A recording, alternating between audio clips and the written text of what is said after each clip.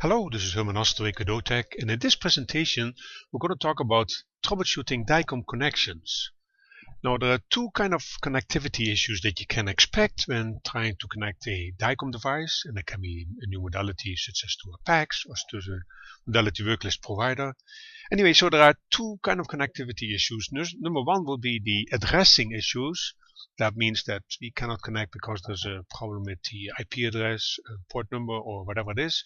So in addition, there will be also a problem that potentially can occur with the negotiation part. The negotiation is the first step that is used by establishing an association, and whereby the two devices will agree upon the proper subclasses and the proper transfer syntaxes to use for communication.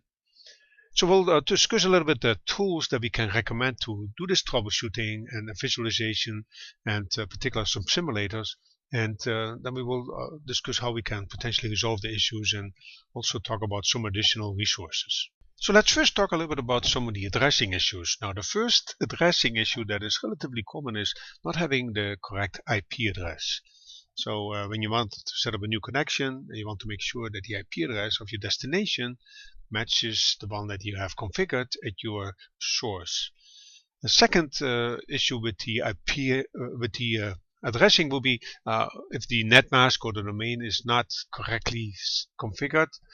Even although you have the correct IP address for your destination, if your net mask is not set up, so you might want to check that in your configuration settings. So if that is not set up to match the net mask or domain of the destination, again, we might have an issue. Port number is a little bit tricky. The original port number that was used many years was the port number 104. Has caused some issues because some of the operating systems, some of the devices do not allow port numbers to be allocated in that such a low number. So a new highly recommended port number would be 11112. I repeat, 11112. So you might want to use that for any new connections. Then of course we have the AE title that might not match. AE title is case sensitive, so make sure that you look exactly match the setting at the destination and the source to have lowercase and uppercase, so it's case sensitive. And then many cases we find that there are some firewalls that could potentially create issues. Now, I'm not going to talk about addressing a lot, but there's actually a separate video that talks about it that you can look at. Now, one of the ways to simulate one of these errors is if there's a problem in a modality that you might not be able to connect with a PACS system, or you could actually have a modality connection to a modality worklist provider, or whatever the destination is. If this problem has a problem, what I then would recommend, and we'll do that in a few minutes, but what I would recommend to have a diagnostic laptop or another source, and basically you run a modality simulator. So instead of the real modality, you run a modality simulator. Your setups to accept exactly the same behavior with the configuration as the modality itself. So we have the same IP address, net mask, port number, AE title. Make sure there's no firewalls, and then we're gonna connect to the destination. And then, because we have some logging capabilities, we can see much better what's going on. The second set of issues might be related to the negotiation of the association. Basically, when a device, such as a modality, let's say the CR system, wants to connect to a PACS system, for example, or any other destination, the first step is always that these two devices are negotiating what they're going to exchange. So before they do any information exchange, the step one will be negotiating the number one, the abstract syntax, and the transfer syntax. Now, before we discuss this, there's some other potential issues that might occur. That will be an AE title that is not recognized. Typically, a PACS system might have a poor man's security, I call it, system where which it's only will able to communicate with AE titles that it knows. So if this AE title is not known, if you have a new system with a new AE title, if that's not known in the configuration file at the PACS system, it might not want to communicate. So make sure that the AE title of the sending device is added to the configuration file of the destination. Second, this is not that often, but occasionally I see that an implementation class UID is rejected when a negotiation is set up between two devices. One part of the information that is exchanged is the implementation class UID, which is an identifier of the software that runs here on this source. And I've seen some rare cases whereby the destination says, no, I don't want to discuss, I don't want to talk with you, because this implementation UID is not in my list of implementation UIDs that are friendly to me that I want to talk with. So that's also potentially an issue. But now let's go back to the presentation context that is not supported. So that's really the most common. So there could be the most, in many cases there will be a subclass that is wants to be sent here from the source to the destination, and the subclass might not be supported by the destination. Good example might be one of the newer subclasses such as 3D digital mammography, statutory reports, CAD maybe. So some of the newer subclasses might not be supported by the PACS system, that could potentially be an issue of not being able to communicate.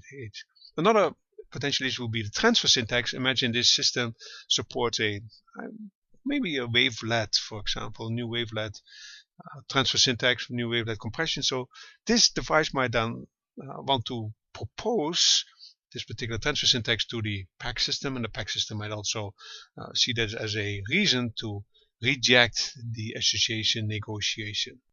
And again, the same way that we could simulate the addressing issues, we can also simulate by having a diagnostic laptop or a computer that runs a simulator.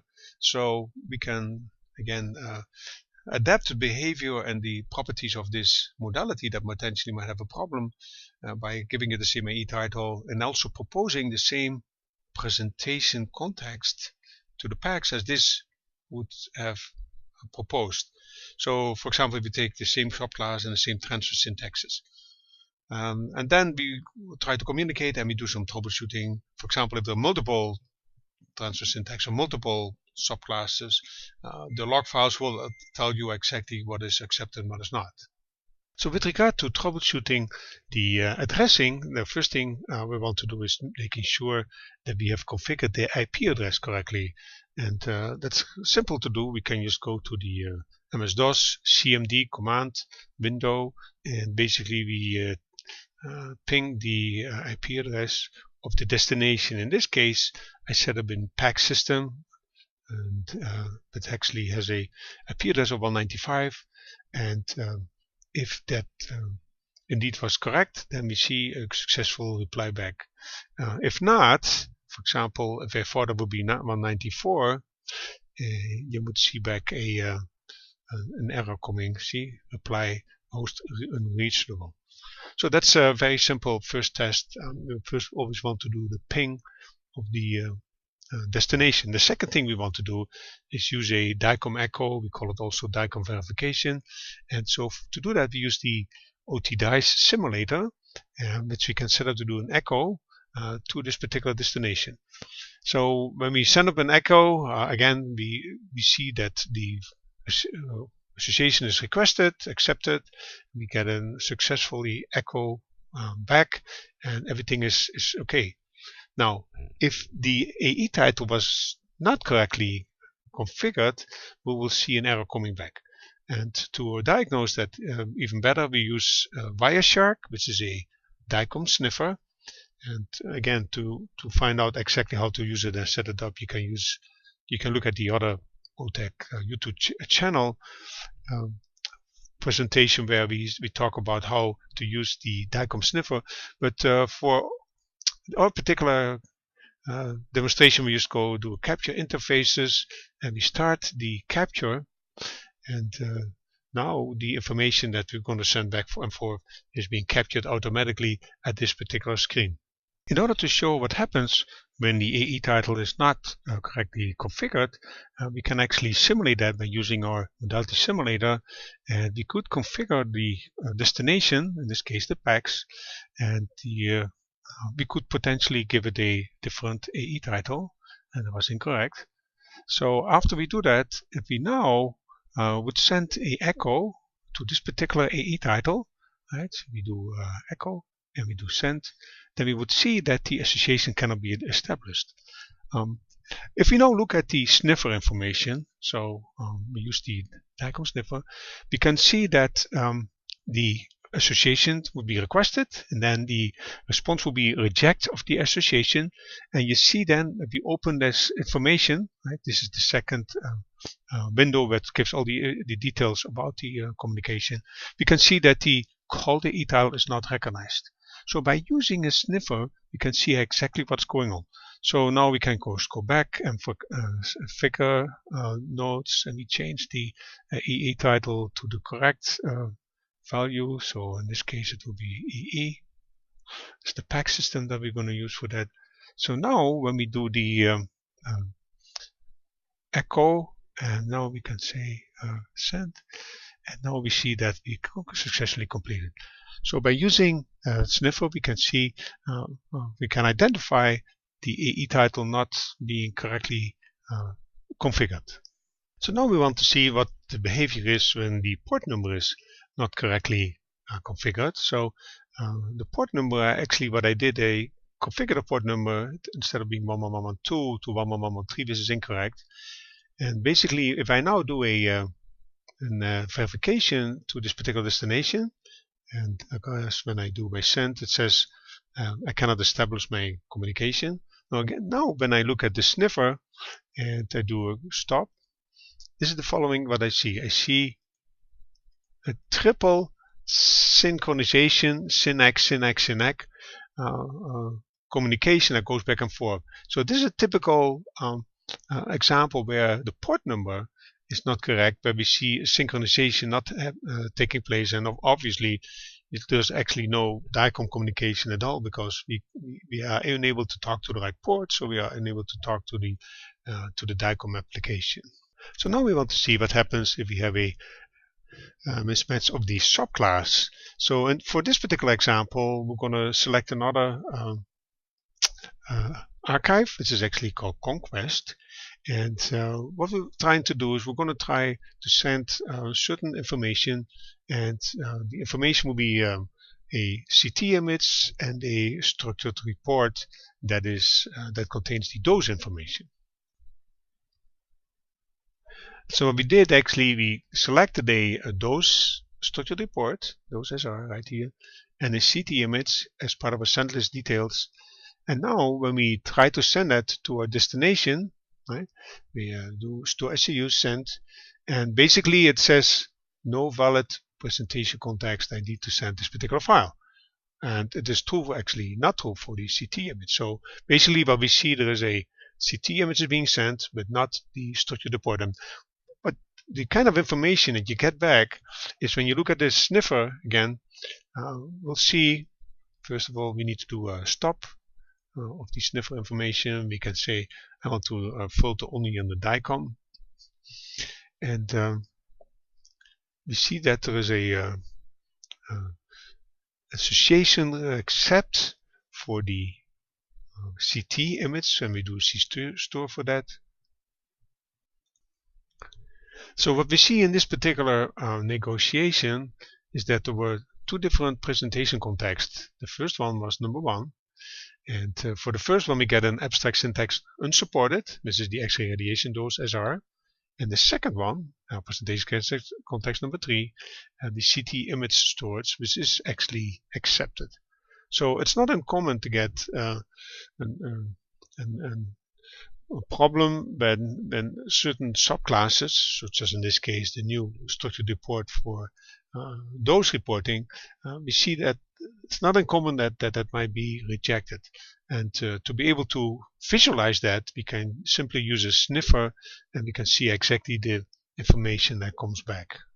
So we've seen with some simple tools we can actually troubleshoot and visualize the most common problems with DICOM connections, and that is addressing problems and also the mismatch of the subclasses. Now, if some of that terminology that I used was a little bit unfamiliar, you might want to pick up the DICOM Basics book. You can pick it up online or on our website, and there's also an e-book version available, and that explains a little bit about the whole association handling, and then also about some of the terminology, what are subclasses, what are presentation contexts, transfer syntax, and so on. There's also a pretty comprehensive online course as well as CD-based training that we have available about these DICOM concepts, and you can also, of course, join us in one of our classes in the Dallas region, the DFW Metroplex, where we do the DICOM training. Any questions, comments, request for additional training classes, please do not hesitate to contact me, and hope to see you in a future video or even at one of our online classes. Enjoy.